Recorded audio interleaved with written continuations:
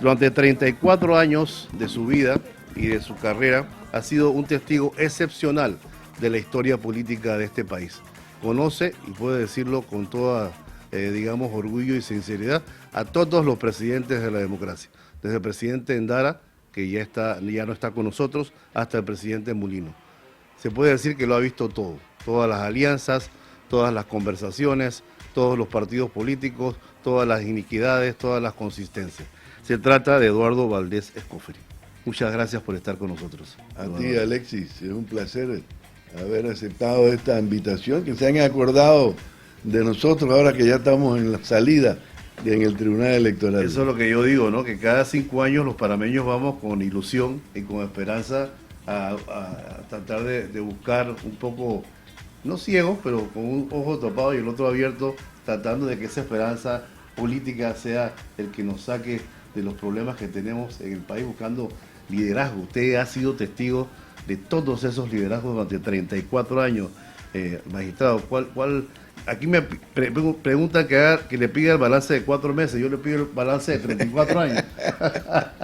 Bueno, mientras más macro y más grande, a la vez es más fácil hacer grupos en el tiempo, ¿no?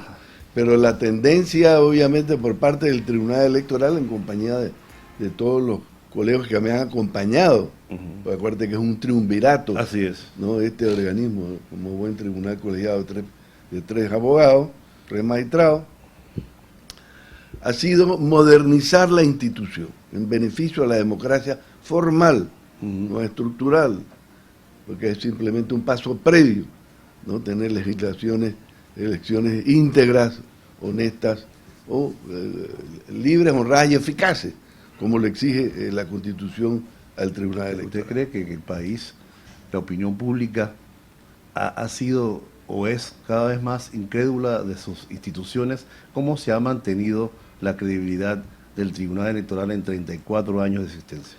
Bueno, ha subsistido como institución con altas y bajas. Es una buena palabra, sí, subsistido. Sí, porque las otras creo que no, la mayoría no ha subsistido, sino más bien luchando entre la credibilidad y la incredulidad. El tribunal siempre ha estado arriba, ha variado según algún tipo de fallo, pero lo que es la organización misma de las elecciones ha sido un ejemplo para el mundo entero. Fíjate el caso ahora de Venezuela, donde se está pidiendo las copias de las actas. Nosotros nos habíamos adelantado, basado en el caso peruano, y ofrecimos por primera vez un sitio web, visor de actas ITER, de acceso público. Y en tiempo real, prácticamente. Prácticamente, bueno, no exactamente. No exactamente, pero muy rápido. El TER sí es instantáneo y pudimos desde las 4:30, como lo hemos venido haciendo en los últimos 30 años, comenzar a dar información alfanumérica, que son las cifras obtenidas por tipo de elección, primero presidente, después diputado, alcalde, de forma que temprano en la noche los panameños y panameñas saben quién es su nuevo presidente o presidenta. Ahora sí le voy a preguntar, eso de balance de 4 meses después del torneo electoral. Siento que de alguna forma se vivió mucha tensión durante una cantidad de tiempo muy pequeña con relación a este tema, que si Mulino iba a la candidatura o no, lo que decía o no decía el tribunal, la posible intervención de la Corte Suprema de Justicia, que para muchos abogados era grave porque la Corte no es el Tribunal Electoral. ¿Qué sabor le deja esa situación en la que aparentemente en opinión pública se trastabilló un poco, y yo no digo al tribunal, sino a todos los niveles de esta situación con el presidente Mulino, en ese momento candidato y que ya es el mandatario? Bueno, estuvimos en angustia, todo en la población, tanto el que organiza, como los partidos, como los contendores, como el público, porque no fue sino hasta el viernes antes del domingo las elecciones que se supo el pronunciamiento de la Corte. Casi al filo de la prácticamente, ¿no? Primero era si íbamos a reimprimir o no, según la papeleta, según la decisión de la Corte. Ya pasó el tiempo, dijimos nosotros, de ese tipo de eventos, así que estábamos esperando simplemente de si se ponía un sello anulado o no. O sea, yo tengo que hacerle la pregunta, y no sé si usted todavía en su capacidad de magistrado del Tribunal Electoral puede contestarlo legalmente, pero ¿debe la Corte Suprema de Justicia inmiscuirse en temas electorales cuando existe, de hecho, un tribunal electoral que debería poder resolver ese tipo de situaciones? Bueno, en nuestra interpretación, y así lo confirmó el salvamento de votos del magistrado Sealice, ¿no? Que esto era el procurador el procurador de la República, también lo dijo claramente cuando se le dio traslado, que se trataba meramente de una interpretación del código, de una norma legal. Y la Constitución dice que las interpretaciones del código son competencia privativa y exclusiva del Tribunal Electoral. Si el tribunal en esa interpretación viola alguna norma constitucional, entonces puede recurrirse contra los fallos del Tribunal Electoral para declararlos no ilegales, sino inconstitucionales por haber faltado alguna norma como el debido proceso, entre otras que es, digamos, la más común, ¿no? ¿Yo creo que es posible que se vuelva a repetir una sesión como esa, o ya se sentó jurisprudencia y la Corte Suprema, a menos en los casos que usted enumera, debería volver a entrar en esta zozobra en la que nos tuvo? Eso ha variado en la historia según la integración de la Corte. Desde el 90 hasta muchas décadas después, la política clara de los miembros de la Corte, después de la invasión, era que lo que era estrictamente la interpretación de la ley, la Corte rápidamente decidía no admitir, porque eso, en la forma que estaba planteada, analizando los hechos, era inadmisible porque la competencia no es de la Corte interpretar el código. Hasta cierto punto el fallo de la Corte se contradice, porque dice que no está de acuerdo con nuestra interpretación legal, pero dice que en el fondo que no violamos ninguna norma constitucional y entonces, por lo tanto, de que por la paz social, entonces que confirmaba, ¿no? Sí, no sé si la paz social es objeto de análisis de una Corte Suprema. La Corte Suprema debe entrar a decir si es legal o no es legal. Punto, ¿no? Eso lo ha dicho. ¿Usted no cree que ese recurso, para ir a otro tema, de ponerle demandas a la Corte, a aquellas cosas que considera la contraparte que no resuelve el tribunal, es parte de una estrategia política que no debería repetirse, o que por lo menos no debería ser una estrategia para impedir que un candidato llegue a la... A medida que ha habido reformas a la Constitución y a la misma ley en el Código Judicial y a la ley del Tribunal Electoral, la ley orgánica, se ha ido aclarando que las decisiones del Tribunal Electoral no son objetos de amparo, por ejemplo. No pueden ser recurribles nada más que cuando se pronuncia en última instancia.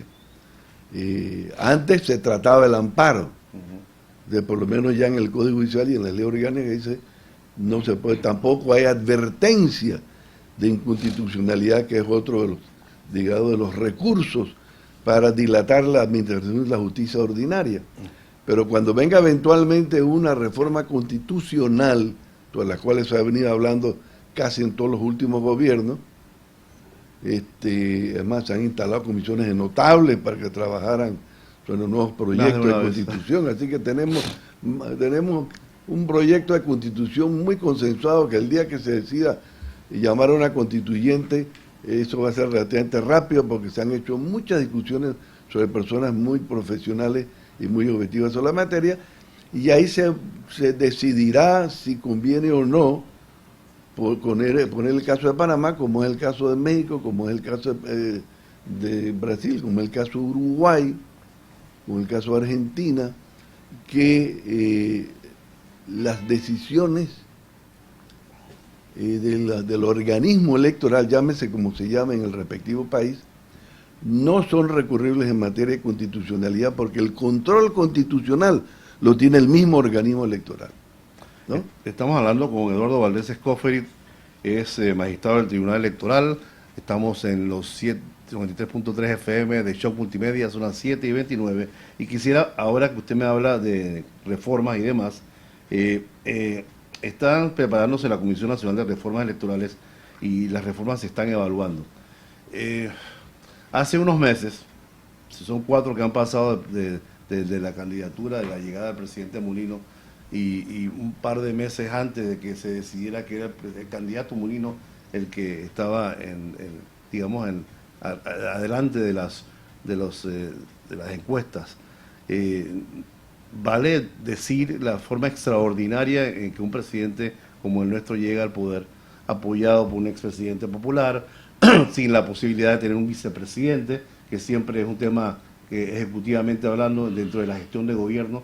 Ahora hay por ahí gente que se está evaluando la posibilidad de volver al sistema de 2 expresidentes. ¿Qué opinión le merece? ¿Qué balance tiene usted una vez que ha pasado todo este tema con el presidente, con el candidato Mulino, ahora presidente? No creo que evalúe cómo llega al poder, sino esa situación de poder en la que se ha llegado de una manera tan rápida y tan inesperada a un presidente como el presidente Mulino?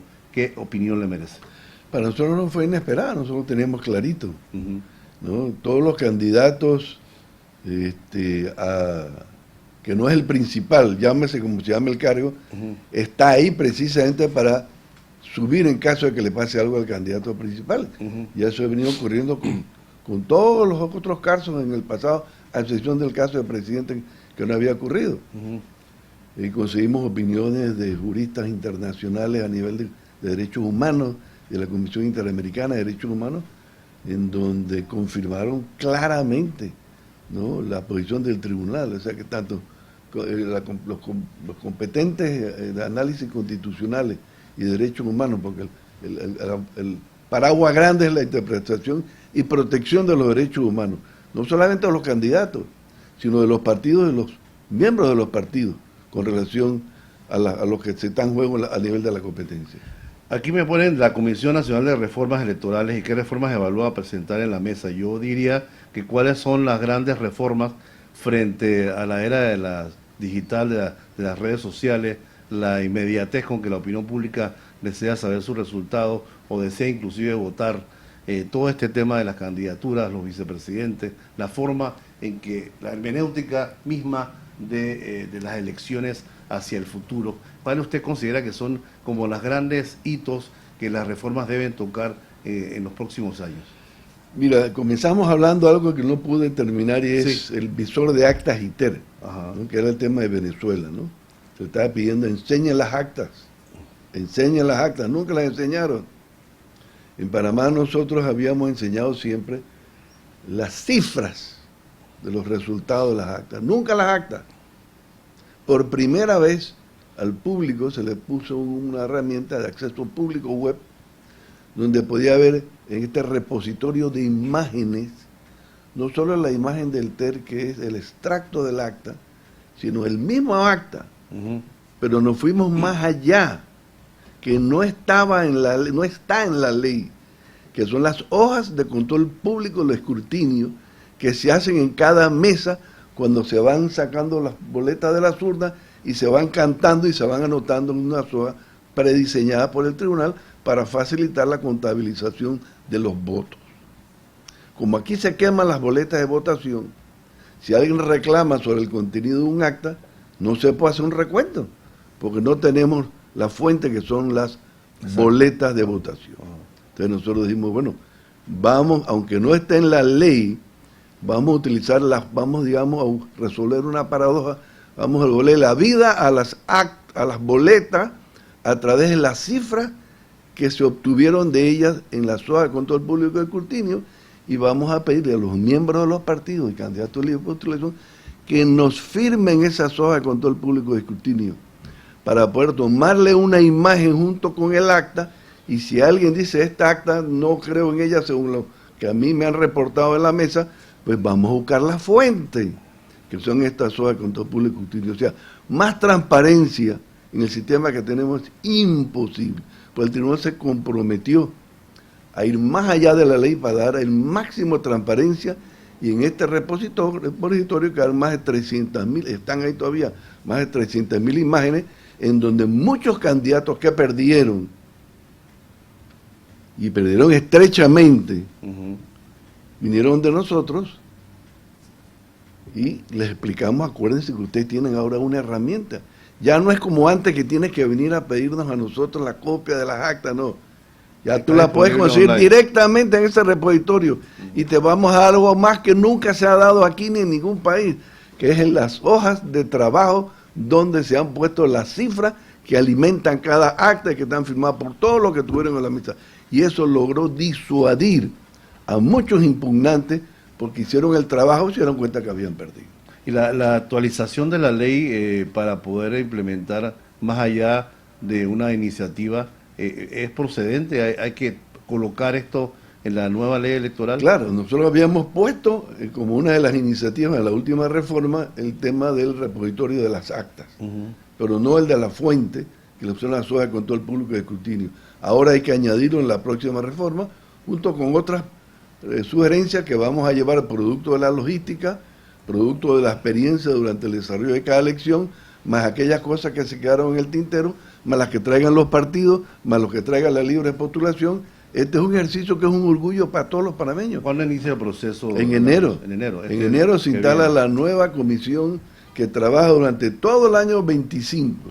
En el 26 tiene su proyecto y lo presenta a la Asamblea para que cuanto antes, 3 años preferiblemente antes de la elección, ya se sepan las reglas, porque la convocatoria se hace 2 años antes de la elección, en el 27. Así que a fines del 26 o durante el 26 debe estar la próxima reforma, producto de este consenso que se viene trabajando hace 3 décadas, y lo que no conseguimos con una asamblea, lo conseguimos con la otra. Yo creo que ahora hay una bancada novedosa, producto de la voluntad popular, que quería claramente un cambio, y yo lo explico de esta manera, Alex. En el año 2019, el 70% de los diputados que querían reelegirse no lo lograron. O sea que el pueblo quería un cambio de no continuidad con los que venían administrando el órgano legislativo. Sin embargo, la realidad es que de una u otra forma, la percepción era que las cosas continuaban igual. Entonces el pueblo panameño que dijo, bueno, obviamente no reelegir a los candidatos de los partidos no es una solución de cambio. Ahora nos vamos a ir con los antipartidos, con la libre postulación, que es constitucional porque está prevista ahí en la Constitución de la República del año 72. Casualmente esa avalancha de votos que dio como resultado el movimiento de Vamos ha sido novedoso, como usted bien lo dice, y disruptor. Todo el mundo lo dice, el propio presidente lo señala, a veces para bien, a veces para mal. El residuo y todo este tipo de informaciones que a veces uno tiene que documentarse para poder hablar con propiedad. En la injerencia de los partidos políticos por encima de la verdadera voluntad, porque cuando hay residuo consciente, medio consciente, todo este tema hay una sensación de que es una iniciativa de los partidos políticos casualmente para no permitirle la total injerencia a los independientes que no tienen organizaciones como tal. De hecho, Vamos, que tiene 20 diputados, no es un partido político. Y eso es lo nuevo, eso es lo que está sucediendo en el mundo. ¿Qué opinión le merece esa fuerza, ese control que tienen los partidos políticos frente a los grandes movimientos independientes en el Tribunal Electoral? El sistema de cómo se vota en los circuitos plurinominales para diputados hay que cambiarlo finalmente.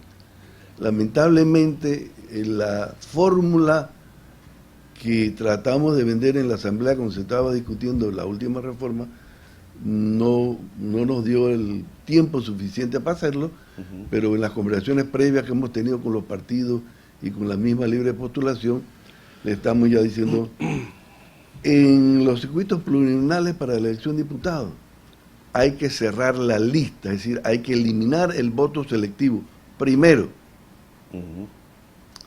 Segundo, hay que utilizar una fórmula de reparto que elimine el tema de los cocientes y residuos. Y esa fórmula es una fórmula que se conoce en el mundo y que es la que prevalece en todos los países donde tienen circuitos plurinominales, que es la fórmula DONT, D-H-O-N-T, DONT. Esta es una fórmula muy sencilla de aplicar y que por eso es que se ha popularizado tanto en todos los países, ¿no? Uno pone los votos de los partidos, la cantidad de curules que se eligen y va colocando la cifra y ella te va diciendo el orden en que van saliendo los diputados por cada partido o por cada lista de libre postulación.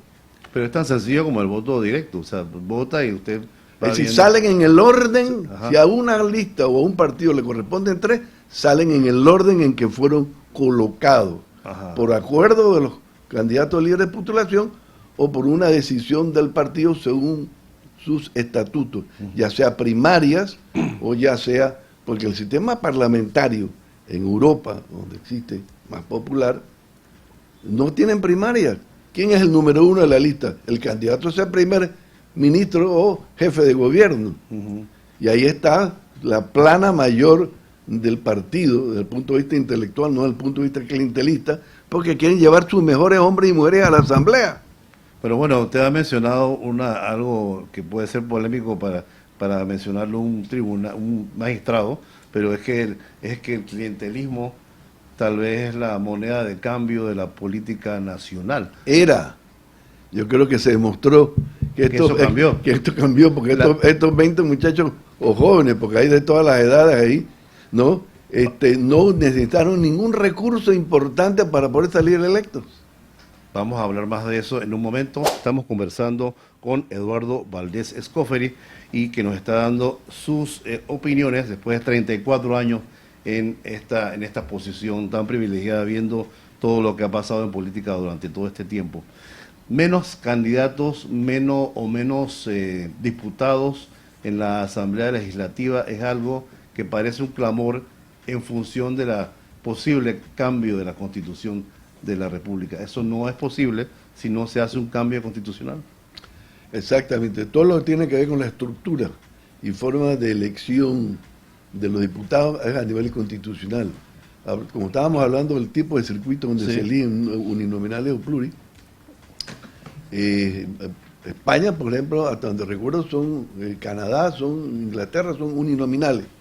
Ujú. ¿No? Así que ahí no hay fórmula de reparto ni nada de esa mente. No importa la cantidad de personas que haya en sus distritos, gobernaciones, unidades Pero electorales. van atomizando las Ajá. estructuras o las circunscripciones, que es lo que nos está pasando ahora mismo nosotros con los corregimientos. Se han atomizado. Ujú. Tenemos 701 corregimientos y todavía hay otros que fueron creados que no entraron a la elección del 24 por falta de tiempo.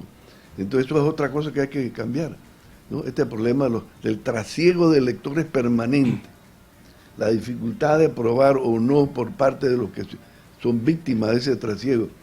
Hay que tener circunscripciones grandes, ¿no?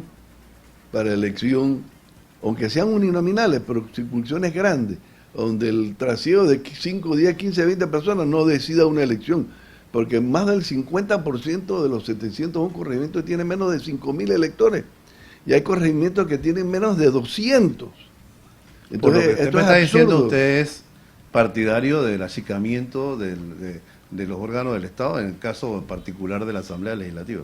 Exactamente, bueno, ya en cuanto a la cantidad, Costa Rica tiene menos que nosotros. Ah. En el 2004, créase o no, Ajá. se logró reducir de 78 a 71 diputados, algo que parecía que era imposible. Estamos hablando En el 2004, la reforma de 2004. Ajá, ajá. Así que en una próxima reforma para nada es imposible conseguir que se siga reduciendo. Ujú. Pero ¿cómo se eligen? No solamente los legisladores o los diputados a nivel nacional, ¿cómo se eligen los que integran los gobiernos locales? Ahora con el presupuesto descentralizado, que se está manejando muchos recursos, por eso ya no se habla de partidas circuitales que le dan ventaja a los diputados en su manejo. Ujú. Ahora se habla de la descentralización paralela, que es la que le da recursos a los alcaldes y a los que manejan los consejos municipales. Próximamente se están haciendo varios movimientos en los partidos políticos como resultado de las purgas electorales, que yo llamo el propio electorado, el que se encarga de llamar a capítulo a todos los partidos para que cambien. Hay un político que con sus luces y sus sombras ha logrado tener dos de los partidos políticos más importantes en el poder, que es el caso del presidente Martinelli, y que aparentemente aspira a tomarse nuevamente el cambio democrático el 27 de octubre. ¿Cómo se están organizando todas estas interactuaciones políticas que hay en todos los partidos políticos en este momento? Bueno, cada partido tiene su periodo estatutario para renovar sus autoridades y en la última reforma se logró ponerle un elemento de presión, porque antes no había, y si la membresía no exigía un cambio, los que estaban en la estructura de la cúpula se podían quedar todo el tiempo que les diera la gana.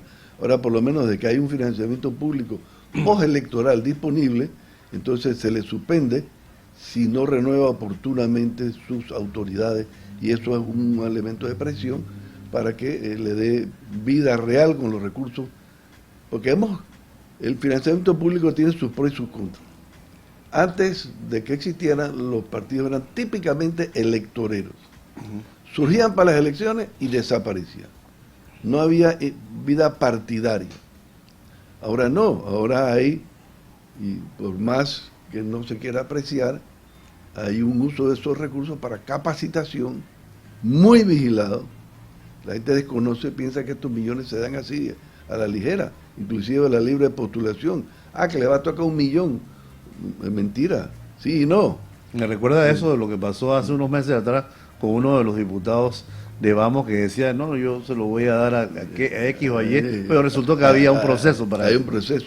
Primero eso va de trimestre en trimestre. Primero la mitad para capacitación y la mitad para funcionamiento, para que se mantenga la institucionalidad del partido y no desaparezcan y vuelvan a los caciques, que son los que ayudan a montar el partido. Pues los partidos necesitan estructura, organización, vida partidaria interna. Así que esta vida interna se da gracias a estos recursos que se van desembolsando trimestre por trimestre. No es que si este tiene derecho, o este candidato, bueno, ya funcionario electo, tiene derecho a 1 millón, se le va a dar 1 millón, no. Eso a lo largo de 5 años se le va dando trimestre por trimestre, se le desembolsa un trimestre, lo justifica, te doy el otro, y así como si fuera una caja menuda, ¿no? Después de 34 años en esta posición, ¿cuáles son sus expectativas en el Tribunal Electoral? Usted creo que sale el 31 de diciembre de este año, ya termina. Usted quisiera decirme hoy cómo usted ve nuestro sistema democrático, ya no desde el punto de vista del tribunal, sino desde el punto de vista del deterioro o no que haya tenido nuestro sistema democrático. Hay que recordar que antes del golpe militar en los 60 había una situación democrática que no era del todo buena, y pareciera ser que el sistema vuelve siempre a muchos vicios que la gente por eso vota como vota, votos de censura. Usted como ciudadano panameño, ¿cuál es su balance del sistema democrático? ¿Hacia dónde debemos ir? Bueno, hemos evolucionado inmensamente, ¿no? Y si nosotros analizamos, y estoy trabajando en un libro que recoge desde que llegamos los magistrados el 1 de junio de 1990, el proceso de modernización del tribunal en todos los aspectos, a nivel de la tecnología, en las diversas áreas, en elecciones, en cedulación, en financiamiento, en capacitación, en todo lo demás, desde el punto de vista institucional, desde el punto de vista de infraestructura, desde el punto de vista de legislación. Tenemos otro sistema legal completamente diferente. Pudimos haberlo tenido antes, pero los consensos políticos en la Asamblea no se lograron en el año X, sino X más Y, pero se han logrado, y lo que no se logra en una elección se logra en la otra.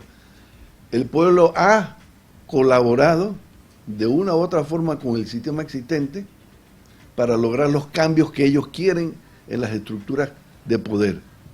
¿Cuál es su mejor momento y cuál es su peor momento en estos 34 años como magistrado del Tribunal Electoral? Bueno, el mejor momento es la salida por todo lo alto, dejando una memoria institucional que ha sido, ahora que la estoy construyendo, no ha sido fácil construirla, digo, la hemos debido haber ido haciendo sobre la marcha. Lo que pasa es que casi todos los gobiernos tienen un periodo de 5 años, pero el tribunal ha logrado sin carrera.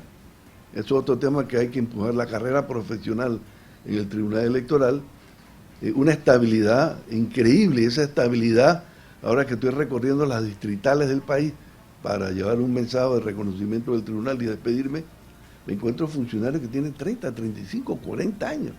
Tiene el mismo tiempo más o menos de estar con usted. Y otros desde antes que llegara yo. Lo que refleja una gran estabilidad en la institución. Entonces, eso es lo que le ha permitido a nivel local. Porque yo le digo a esta persona, nosotros podemos sacar los decretos, podemos sacar los acuerdos, conseguir los recursos, esas estructuras, esas instrucciones bajan a las direcciones regionales, pero las regionales a su vez dependen en esta pirámide de las direcciones distritales o de las oficinas distritales, que son ustedes los que están aquí, que están en este distrito manejando los recursos, ayudando, coordinando las áreas a que las mesas se monten a la hora oportuna, y no hemos venido aquí a agradecérselo y a reconocérselo. ¿Y usted me podría decir cuál es su peor momento en el tribunal? Sí, cómo no. El peor momento fue en el 2000, para las elecciones previas del 2004, cuando tuvimos que tomar la dolorosa decisión de reemplazar 750.000 cédulas del canal, porque por parte del proveedor se habían descubierto que había una que habían sido rechazadas y no las habían descubierto. El año antes de las elecciones, reemplazar 754.000 cédulas en 4 meses que nos propusimos, sin apoyo del proveedor, sin que esas personas tuviesen que venir a hacer cada uno de los trámites, fue el reto más grande que la institución tuvo, y logramos hacerlo. Habían personas que sacaban cálculos, tanto por tanto, cuántas máquinas son, cuántas horas trabajando. No se puede, lo hicimos, y se les llevaron a los parques en cada distrito, donde la gente cómodamente fue a retirarlo y pudo ejercer el sufragio con confianza en las elecciones de 2004. Porque nosotros planificamos con 2 años, esto nos agarró. ¿Cuál es su legado después de 34 años? Bueno, no el mío, sino de todos los colegas que hemos estado ahí. Es la institucionalización del proceso de reforma. Eso es una envidia a nivel mundial, porque ningún organismo electoral en ninguna parte del mundo ha logrado institucionalizar, que ahora está en la ley, que ya es obligatoria, de sentar a la sociedad civil, a los partidos políticos y a los grupos académicos y ONGs a trabajar conjuntamente en la búsqueda de un consenso, para ayudar a la Asamblea a que no improvise en las decisiones. Tenemos aquí las actividades de la semana, por la Semana de la Democracia. Quisiéramos dedicarle los últimos minutos de la entrevista a que nos hablara un poquito sobre ese tema. Todos los años, para esta época, en el mes de septiembre, y el 15, que es el Día Internacional de la Democracia, hemos venido rescatando todos los programas muy importantes, Alexis, y que le estoy dando mucho espacio en este libro mío, porque no se conoce. Y es el programa de educación cívica electoral que tenemos nosotros en el sistema educativo desde diciembre del año 96, con la administración del presidente Ernesto Pérez Valladares, nosotros y el doctor Pablo Taracido, que en paz descanse, que era ministro de Educación. Finalmente logró, después de mucho cabildeo, nos dejaron entrar a iniciar un experimento, porque se había perdido hasta la enseñanza de la cívica, ¿no? Sí, me acuerdo que la cívica era una materia básica, elemental para formar ciudadanía. Entonces nosotros queríamos inclusive no solamente rescatarla, sino mejorarla con el tema de la educación formal, inspirándonos el modelo Tico que nos ha ayudado muchísimo a nosotros. Así que desde el año 96 logramos insertarnos en el sistema educativo, primero con algunas escuelas que nos dieron, capacitando a los maestros, luego a los profesores en secundaria, cambiando el contenido, haciendo ejercicios, haciendo elecciones con los muchachos, promoviendo valores con ellos. Así que tenemos más de 25 años trabajando con esa juventud a todos los niveles. Ahora ya es un eje transversal en materia de derechos humanos en el sistema escolar, y eso nos ha ido permitiendo tener una interacción con la juventud a medida que ellos salen como ciudadanos, y la celebración de esta semana se hace con las escuelas, con estímulos, con incentivos de premios de distintos tipos de categorías para descubrir talentos y premiar procesos electorales internos dentro de las escuelas. Posiblemente eso sea también el renacer de la atención y del interés por la política de la juventud que ha resurgido en los últimos años y definitivamente en esta última elección. Tal vez uno cuando era más joven miraba para otro lado en política, ahora quieres participar. Cuando en el año 2009 vimos que la participación electoral había llegado a su mínimo, y lo verás aquí en el informe de la elección, su mínimo nivel de participación, nos preocupamos mucho y decidimos invertir como un socio adicional al concurso nacional de oratoria, que se venía históricamente haciendo y se viene haciendo históricamente entre el Ministerio de Educación, la Caja de Ahorro y Kevin Laguardia, le decimos, bueno, vamos a inyectar una suma importante para subir de 120.000 muchachos que participan a más de 700.000 para que participen, pero sean ellos mismos motivándose unos a los otros a que participaran en las elecciones de 2014. Logramos recuperar 3 puntos porcentuales y la ganadora de ese concurso es la actual alcaldesa de San Miguelito. Fíjate tú, sí, cómo la inversión que se hizo en el año 2013, 11 años más, 11 años después, por lo menos un distrito muy conflictivo y muy delicado, logró motivarse cuando ella misma ganó, hablándole a sus compañeros. Aparte de los porcentajes de participación electoral que tiene el Tribunal Electoral, no sé cómo eso está en Latinoamérica. ¿Usted tiene algo comparatido con relación a ese tema? Estamos por arriba, muy arriba del promedio, en un país donde no hay sanción por no votar. Sí, que no eres coercitivo. En Estados Unidos, de milagro, vota la mitad. En México llegan al 60% de casualidad. Aquí llegamos al 77.7%, el porcentaje más alto, y en el sistema de Internet votó el 95%, que es el futuro. Dígame una cosa, con tanta cibernética introducida en el tema electoral, los intentos de hackeo fueron parte del día a día del Tribunal Electoral. Claro, y esa era una de las grandes preocupaciones que tenían los medios de comunicación, los partidos políticos, los candidatos presidenciales, y logramos en ese aspecto innovar nuestras barreras y nuestros perímetros de protección para que aquella especulación del crecimiento exponencial y no lineal, porque en el 2014 habíamos tenido 1.4 millones de ataques, todos neutralizados. ¿Y en el 2019 tuvimos 90 millones de ataques, todos neutralizados? Así que esa progresión exponencial, esto va a ser miles de millones de ataques. Este año fue 31.4, 31.5. Así que los sistemas que nos permitieron con nuestros asesores nacionales e internacionales impedir que se acercaran más de lo que tradicionalmente han venido buscando interferir en las elecciones, porque lo que buscan no es cambiar resultados, lo que buscan es tumbarte los sistemas que se llama denegación de servicios. Te tumban la página web, nos tumban el sistema del TER, de dar a conocer cómo están llegando los resultados, inmediatamente hay desconfianza en el resultado de la elección. Sí, lo que ataca eso es la credibilidad de una manera contundente, aunque no sea responsabilidad. Exacto. Es responsabilidad del tribunal, pero no responsabilidad directa, porque son ciberataques. ¿Usted tiene una lista de actividades? ¿Quería hablar de ella o estamos no, yo creo que se las vamos a dejar acá para que ustedes a lo largo de la semana nos vayan ayudando. Hoy la actividad en materia de la democracia electoral está movida por la semana, es esta. Hoy es este, así cada día nos van ayudando, en vez de decir toda la semana lo que viene, día a día. Es una orden así, así mismo, ya no dijo la forma de hacerlo. Magistrado Eduardo Valdés Escoferi, yo le tengo que dar, a nombre de muchos ciudadanos, no sé si algunos no se la darán, pero yo sí se la voy a dar, porque yo desde que no quiero decirle que se me caiga la cédula mía, se le caiga a usted, pero la verdad es que lo conozco en televisión desde que estaba en la escuela haciendo esto, y ahí hay que reconocer a la gente cuando hace las cosas bien. 34 años no se fuman en pipa. Le voy a dar la mano y lo voy a saludar. Muchas gracias por la oportunidad por acordarte de mí, invitarme acá a compartir contigo. No nos vamos a acordar más porque usted va a ser una autoridad de referencia. Cuando traiga el libro, ¿cuándo tiene el libro? Bueno, estamos trabajando en eso. Antes de fin de año sale el libro. Será un placer traérselo aquí y entregárselo personalmente. Y hablemos de él. Y claro que sí, allá hay mucho material, sobre todo porque hay que dejar clara a las actuales y futuras generaciones cómo es que llegamos acá, paso a paso. Debe haber muchas anécdotas que no hemos podido hablar por falta de tiempo. Por supuesto, por supuesto.